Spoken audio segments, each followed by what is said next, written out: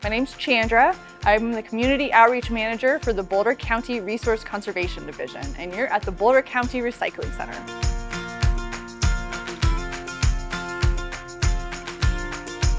Some common household or workplace items that come in that can be recycled are cardboard, paper, cans, plastic tubs, jugs, jars, glass bottles, that kind of stuff. Some common things that cannot be recycled are utensils, plastic bags, gloves, masks. So you put your recycling in a bin at your home, your school, work, wherever it is, and then a recycling truck picks it up and they bring it to the recycling center. They tip out all of that recycling, including any contamination that might be in that bin. They tip it out onto the tipping floor, and then we start sorting immediately. And we use machines and people to do all that sorting. And then the sorted material gets put into bales. So they make these big, very large blocks, and those are called bales, and that's all the sorted material. Those bales get sold to end markets. So we are selling the recyclable material to companies who are going to make new products. If there's contamination in your bin, it's not great. We have to pay for anything that's not recyclable, anything we're not going to sell to the end markets. The things that come in that are contamination, things that are not on our recycling guidelines, either a person or a machine will be able to take it off, and it'll get stored before it goes to the landfill. If you're not sure if something is recyclable, just throw it in the trash. That is all right. Another thing people like to do is something we call wish cycling, where you might have an item and you certainly hope it is and wish that it is recyclable. So you put it in your recycling bin, hoping that somebody is going to figure it out. It's going to get recycled some way. That's really not how it works. We have to have the machines or the people to sort out these items, and then we also have to have the end markets that want this item to make new products. First of all, know where your recycling is going and know those guidelines so that you're ensuring that those things are getting recycled. And then we've got some tips and tricks. Size matters for your recycling. We want paper items to be at least postcard size, so that's like a 4x6. And we want containers and lids to be at least 2 inches in size. We want paper items to also be flattened so that they can climb the machines in our facility. And we want containers to be as 3D as possible when they go in your bin so they can fall through the machines and get to the right spots. Make sure your recyclables are clean and empty, but water is precious, so don't waste a bunch of water trying to get that item perfectly clean. A little bit of water, a really good shake, let it drain, and then put it in your recycling bin. The common myth that keeps people from recycling is that they believe those materials are not actually getting recycled. Here at the Boulder County Recycling Center, if it is on our guidelines, we do have an end market for it. It will get recycled. Another common myth is that all of the recycling is just being shipped over to Asian countries. The Boulder County Recycling Center has end markets for everything in North America, and so we're able to ensure that everything is staying here. I've got 2 glass container examples here. This is a spice jar. It's a glass jar and had a plastic lid. That's 2 different materials, so they need to go to 2 different spots in our facility. I took off the lid. I can recycle my jar because it's definitely 2 inches, but that lid was smaller than 2 inches, so I threw it in the trash. This jelly jar is glass with a metal lid. Again, they have to go to different places because they're different materials.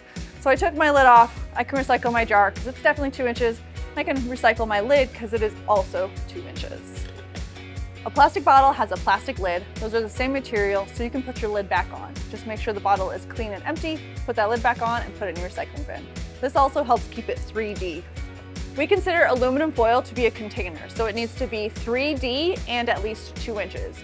You can start as small as this peanut butter cup wrapper, and then you add to it until it gets to be 2 inches, like a rubber band ball, and then put it in your recycling bin. These are examples of things that cannot be recycled. Tubes are just too flimsy and small. They're not going to make it through our facility. Also, end markets don't like working with this kind of plastic. A lot of snack packaging is multiple materials. So we've got a bag here that's paper on the outside and then kind of an aluminum on the inside. That's very difficult for end markets to be able to recycle, so this goes in the trash as well. And then plastic bags are going to get tangled up in our machines, and we don't have an end market for them here. They get too dirty in our recycling center, so these also go in the trash. We want paper items to be at least postcard size. So something around this size. This is a little bit bigger than a postcard, but about this size so that it makes it to the right screen to get sorted. Small pieces of paper, smaller than a postcard, are going to be too small and they're going to fall in with our glass and be contamination in our glass. We'll do our best to get it out, but we don't get everything out. For paperboard, you want to make sure it's flattened so it can climb that double deck screen and get into the paper line. So this is recyclable. And then paper towels, tissues, and napkins are going to easily tear in our machines and they'll become contamination, which is not great. And then they are also a paper fiber that the paper mills do not like working with. So this will go in the trash. Cans are recyclable, but we want them to stay 3D. So no more can crushing, no more carton crushing. We want all our containers to be as 3D as possible when they go in your bin. That's our robot, Sorty McSortface, taking off number 1 plastics and number 5 plastics. And then that person is grabbing anything that Sorty McSortface might have missed. All right, are you ready to go into the recycling center? Let's go.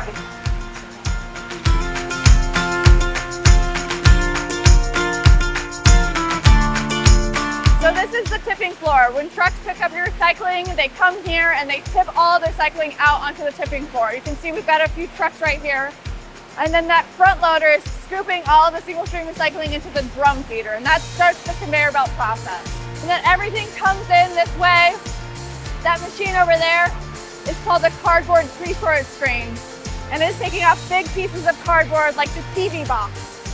And then everything drops down, it comes back over here. This is our glass screen. We actually crush glass here because it's a lot easier to transport crushed glass rather than glass bottles. So glass gets taken out here and goes along this way. Everything else drops down and will go up this line. So this is everything but large pieces of cardboard and glass. And then these people are taking off cardboard. It goes down into the ground and it will get pushed to the baler. The double deck screen is where paper and containers get separated. So that's the important reason why paper items, including cereal boxes, need to be flattened. So they climb those wheels and end up in the paper line. Containers are gonna fall through the wheels and end up on the container line over here. The paper baler is way in the corner, so anything that's paper related will get baled over there. And our container baler is over there. Plastic bags that don't get taken off before the double deck screen are gonna wind up in the double deck screen and get all tangled up. And then during a break, someone will go in and cut them out with pair of scissors. The glass is crushed over here and goes on this conveyor belt. And as you can see, there's a lot of other stuff in there besides glass. This is the reason why that 2-inch rule and the postcard size rule is so important. We want paper items to be larger than postcards so that they can get to that double deck screen, or else they're gonna fall in. Like all the shredded paper is too small. And so now it's contaminating our glass. And then container items, I see a lot of bottle caps going through. Those are too small and they're gonna end up contaminating the glass instead of getting to our steel magnet. That's our steel magnet over there. So all the containers end up being on this side of the facility. That steel magnet is pulling up all the steel cans, like a can of beans minus the beans, and it goes in a circle and then pops it off into the right bunker for storage. This is the container baler. So all of our plastics, our steel, and our aluminum are baled here. You can see that they're making a number 1 plastic bale right now. So they just open the door to that bunker. It travels down the conveyor belt, goes in here, gets smushed, gets wrapped with a steel cable, and then those are the bales that we sell to end markets. As you can see, we have an amazing facility to help you recycle all of your recyclable materials, but consumption is still a problem. So remember, reduce and reuse are the first of the 3 R's in reduce, reuse, recycle.